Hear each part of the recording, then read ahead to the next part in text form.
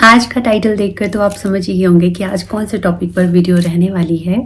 जैसे कि मैं और मेरे हस्बैंड रिसेंटली ही यूरोप ट्रिप पर गए थे। सो लगातार आपकी तरफ से क्वेरीज आ रही थी कि क्या बजट रहा, क्या आइटनरी रही, कैसा एक्सपीरियंस रहा। तो मुझे लगा कि ज़रूर इस पर जो है एक व्लॉग बनाना चाहिए, ताकि जो भी हमारे पर्सनल एक्सपीरियंसेस हैं उससे आपको कुछ मदद मिल सके। आज का जो व्लॉग है उसको शुरू करते हैं। अगर आप मेरे चैनल पर पहली बार आए हैं तो hi, myself Neha Thakur and welcome to my brand new channel. So हमारी तरह ऐसे बहुत से लोग होंगे जो फर्स्ट टाइम विजिट करने का सोच रहे होंगे यूरोप के लिए। सो इस वीडियो में मैं वही इन्फॉर्मेशन आपके साथ शेयर करूंगी जो हमारे पर्सनल एक्सपीरियंस हैं। मैंने ये वीज़ा कैसे बनाए, ये इस टॉपिक पर भी वीडियो बनाना इसलिए ज़रूरी समझा क्योंकि मैं एक ज़ीरो से स्टार्ट करना चाहती थी। हम खुद भी जैसे फर्स्ट टाइम विजिटर थे यूरोप में, मेरे मन में भी कई ऐसे सवाल आते थे कि कैसा होता होगा। नर्वस बहुत ज़्यादा थी मैं तो। मुझे तो देखो कोई भी नॉलेज नहीं थी वीज़ा के बारे में कि कैसे अप्लाई करना है, क्या प्रोसीजर रहेगा। बट जो भी मेरे पर्सनल एक्सपीरियंस होंगे वो मैं यहाँ इस वीडियो में शेयर करूँगी। सो पहले मैं स्टेप बाय स्टेप कि कैसे कैसे हमने वीज़ा के लिए अप्लाई किया। सो सबसे पहला जो सवाल आता है कि वीज़ा के लिए कैसे और कहाँ अप्लाई करें, तो इसके लिए आप VFS ग्लोबल की वेबसाइट पर जाकर अप्लाई कर सकते हैं। इनकी जो ऑफिसेज हैं वो अलग अलग सिटीज़ में हैं, तो आप अपनी कन्वीनियंस के हिसाब से जो है उस सिटी में अपॉइंटमेंट ले सकते हैं। तो मालूम है कि मैं जो है शिमला बेस्ड हूँ, तो हमें जो है वैसे शिमला से नज़दीक चंडीगढ़ था, लेकिन चंडीगढ़ में हमें अपॉइंटमेंट थोड़ा लेट मिल रही थी। सो हमने दिल्ली में अपॉइंटमेंट ले ली थी क्योंकि दिल्ली में जो है थोड़ा हमें जल्दी अपॉइंटमेंट मिल गई थी। अब मैं आपको अपॉइंटमेंट लेने का एक और तरीका बताऊंगी और वो है ट्रैवल एजेंट के थ्रू। और हमने भी अपनी जो अपॉइंटमेंट है वो ट्रैवल एजेंट के थ्रू ही ली थी।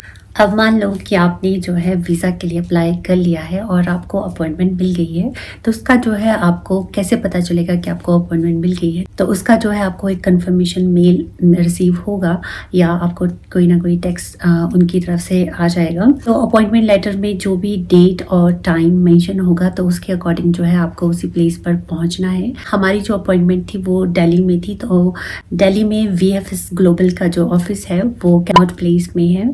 अब आपके मन में सवाल आ रहा होगा कि अपॉइंटमेंट मिलेगी तो उसके बाद हमारा क्या आगे फर्दर स्टेप रहेगा और हमें जो है अपॉइंटमेंट के दौरान कौन कौन से डॉक्यूमेंट की ज़रूरत पड़ेगी और हमने क्या क्या करना है। हमारी अपॉइंटमेंट 11 बजे की थी और हम जो है 1 आवर पहले ही वहाँ पर एडवांस में पहुँच गए थे। और कैनॉट पैलेस तो आपको पता ही है कि फेमस है, तो वहाँ इधर उधर घूमते रहे और चटर पटर खाते रहे। और 11 बजने को जैसे ही 15 मिनट था वैसे ही हमने जो है ऑफिस में चेक इन कर लिया था। और चेक इन करने पर वहाँ अंदर सबसे पहले सिक्योरिटी चेक होता है और वो आपको अंदर गाइड करते रहते हैं कि आपको कहाँ कौन से काउंटर पे जाकर कौन से फॉर्म सबमिट करने हैं। सो ये प्रोसेस जो है काफ़ी इजीली हो जाता है। अब सवाल आता है कि हमें डॉक्यूमेंट कौन कौन से लेके जाने हैं अपने साथ।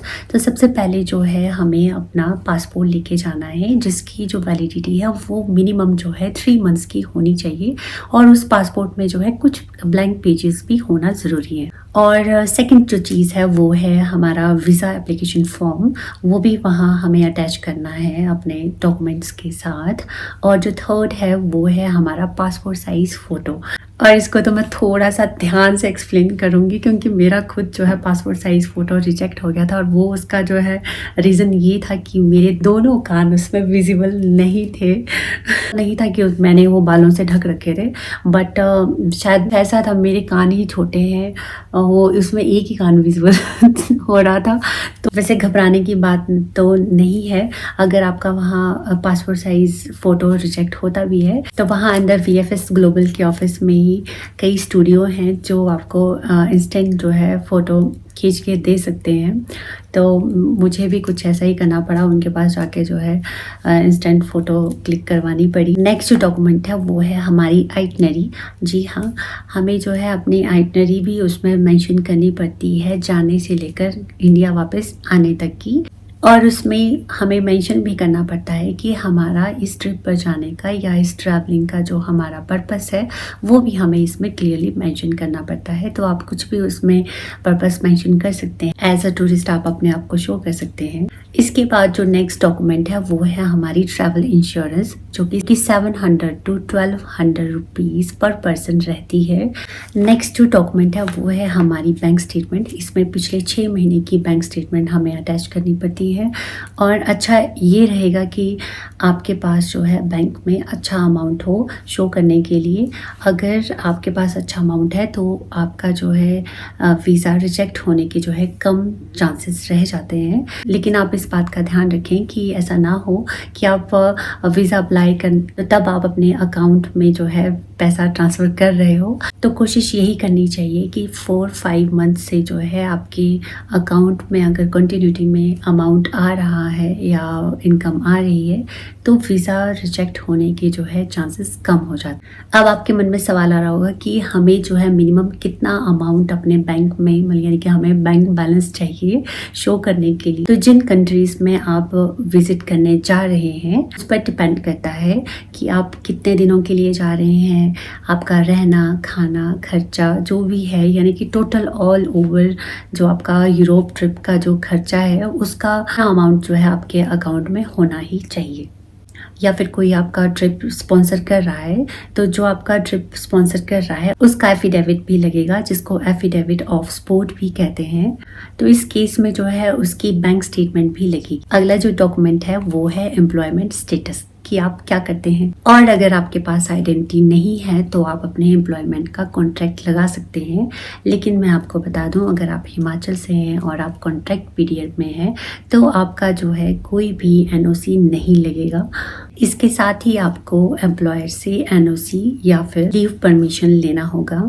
अगर आप कोई भी प्राइवेट जॉब या एमएनसी में काम करते हैं तो ईमेल पर भी जो है परमिशन सफिशिएंट है। वैसे तो गवर्नमेंट जॉब में भी ईमेल पर परमिशन सफिशिएंट है, लेकिन आपको पता ही है कि गवर्नमेंट जॉब में फॉर्मेलिटीज़ थोड़ी सी ज़्यादा होती हैं, तो आपको परमिशन लेटर पर ही दी जाती है। इसके साथ ही आपको अपनी आईटीआर यानी कि इनकम टैक्स रिटर्न भी शो करनी पड़ती है। तो आप मिनिमम जो है 2 साल की आईटीआर शो कर सकते हैं और कुछ लोग जो है 3 साल की भी वहाँ पर मेंशन करते हैं। लेकिन अब सवाल आता है कि अगर आप ना प्राइवेट जॉब करते हैं और ना ही आप जो है गवर्नमेंट जॉब करते हैं और आपका जो है अपना पर्सनल बिजनेस है, तो आप क्या कर सकते हैं कि आप जो भी बिजनेस करते हैं उस कंपनी का जो लाइसेंस है वो आप उसकी कॉपी वहाँ अटैच कर सकते हैं। इसके साथ ही कंपनी की बैंक स्टेटमेंट और बैंक अकाउंट डिटेल्स, और ये कंपनी की जो बैंक स्टेटमेंट्स है वो मिनिमम जो है 6 मंथ तक की होनी चाहिए।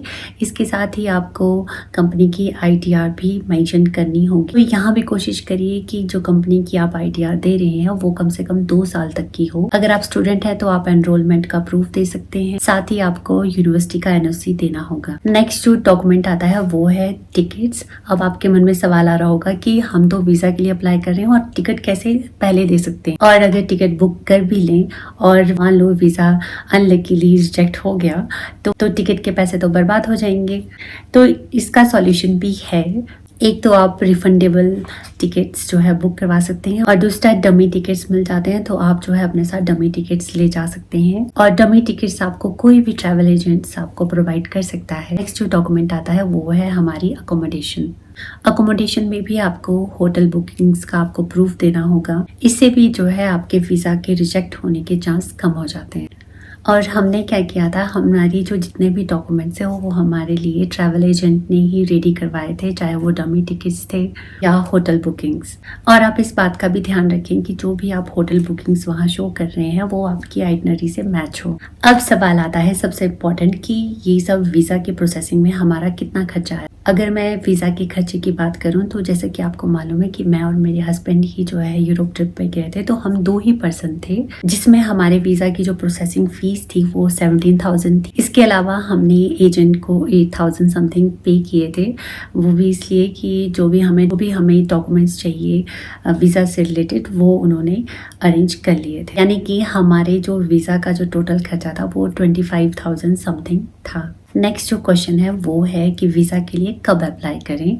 तो मैं अपना एक्सपीरियंस शेयर करूं तो आपको जो है लगभग 3 महीने पहले ही, तब जब आप ट्रिप प्लान कर रहे हैं तो उसके लगभग 3 महीने पहले ही आप जो है वीज़ा के लिए अप्लाई कर दें। और ये तो आपको मालूम है कि जितनी जल्दी फ़्लाइट बुक होंगी आपको जो है फ़्लाइट की टिकट जो है उतनी ही सस्ती होंगी। इसके साथ ही हमने जो है 10 दिनों के लिए वीज़ा अप्लाई किया था, बट एम्बेसी ने 15 दिनों का वीज़ा अपने आप ही हमें अप्रूव कर लिया था। और वीज़ा आने के बाद हमें पता चला कि यूरोप में एंट्री डेट से लेकर 30 दिनों का हमें वीज़ा मिला, जिसकी जो वैलिडिटी है वो 30 डेज़ के लिए रहती है। तो इसका मतलब ये हुआ कि आप ये जो 30 डेज़ हैं इनके दौरान जो है आप कभी भी जो है अपना ट्रिप प्लान कर सकते हैं। ज़रूरी नहीं है कि आपने जो डेट आपने मेंशन की है आप उसी के अकॉर्डिंग चलें। तो वो थोड़ा सा आगे पीछे भी होता है, यानी कि फ़्लाइट्स आप आगे पीछे भी बुक कर सकते हैं, क्योंकि वो जो वैलिडिटी है वो आपकी एंट्री डेट से लेके उस समय तक, यानी कि एंट्री डेट से लेकर आने वाले 30 डेज़ तक वैलिड रहेगी। सो अपना ट्रिप आप अपने हिसाब से इस टाइम ड्यूरेशन के दौरान कभी भी जो है प्लान कर सकते हैं। आपको तो मालूम ही है कि हमने जो है इस यूरोप ट्रिप के दौरान कौन कौन सी कंट्री कवर की थी। सबसे पहले जो है हमने फ्रांस, उसके बाद स्विट्ज़रलैंड और लास्ट में इटली को विजिट किया था, जिसके लिए जो है हमें शेंगेन वीज़ा के लिए अप्लाई करना पड़ा था। यानी कि जिस वीज़ा के लिए हमने अप्लाई किया था उसका नाम है शेंगेन वीज़ा। सो कौन कौन सी कंट्रीज़ में आप शेंगेन वीज़ा अप्लाई कर सकते हैं। शेंगेन वीज़ा आप 27 कंट्रीज़ के लिए आप अप्लाई कर सकते हैं। और लास्ट में आप कौन सी कंट्री का शेंगेन वीज़ा अप्लाई करें। कुछ कंट्रीज़ जैसे कि स्विट्ज़रलैंड, ग्रीस और क्रोएशिया, ये जो कंट्रीज़ हैं इनमें जो है वीज़ा रिजेक्ट होने के कम चांसेस होते हैं, तो आप इन कंट्रीज़ में वीज़ा के लिए अप्लाई कर सकते हैं। वैसे तो आप किसी भी कंट्री का वीज़ा अप्लाई कर सकते हैं। ऐसा इसलिए क्योंकि कुछ कंट्रीज़ की अपॉइंटमेंट आपको देरी से मिल रही होंगी और कुछ की जल्दी की, तो आपने जो भी आपको सही लगे आप जो है अपनी सूटेबिलिटी देख सकते हैं। जब आप लास्ट में सारे काम कंप्लीट कर लेते हैं तो सवाल आता है कि जो वीज़ा है ये हमें कितने दिनों में रिसीव होगा। तो जैसे कि हमने स्विट्ज़रलैंड के लिए अप्लाई किया था, तो हमारा जो वीज़ा था वो 10 दिनों के अंदर ही हमें रिसीव हो गया था। और ये जो वीज़ा था ये हमें कोरियर के थ्रू रिसीव हुआ था, क्योंकि VFS ग्लोबल के ऑफिस में जो है हमसे पूछ लिया गया था कि आपको जो है ये वीज़ा कैसे चाहिए। हमने खुद उनको ये कहा था कि हमें जो है वीज़ा कोरियर के थ्रू चाहिए था, जिसके कुछ एक्स्ट्रा चार्जेस भी हमने पे किए थे। सो ये थे हमारे वीज़ा अप्लाई करने के छोटे मोटे एक्सपीरियंसेस। और अगर आपको वीडियो पसंद आई हो तो लाइक करना नहीं भूलें। और जल्दी ही मैं नेक्स्ट व्लॉग के साथ आपके सामने हाजिर होंगी। इसके बाद हमारा नेक्स्ट स्टेप क्या रहा उसके लिए stay tune for the next video.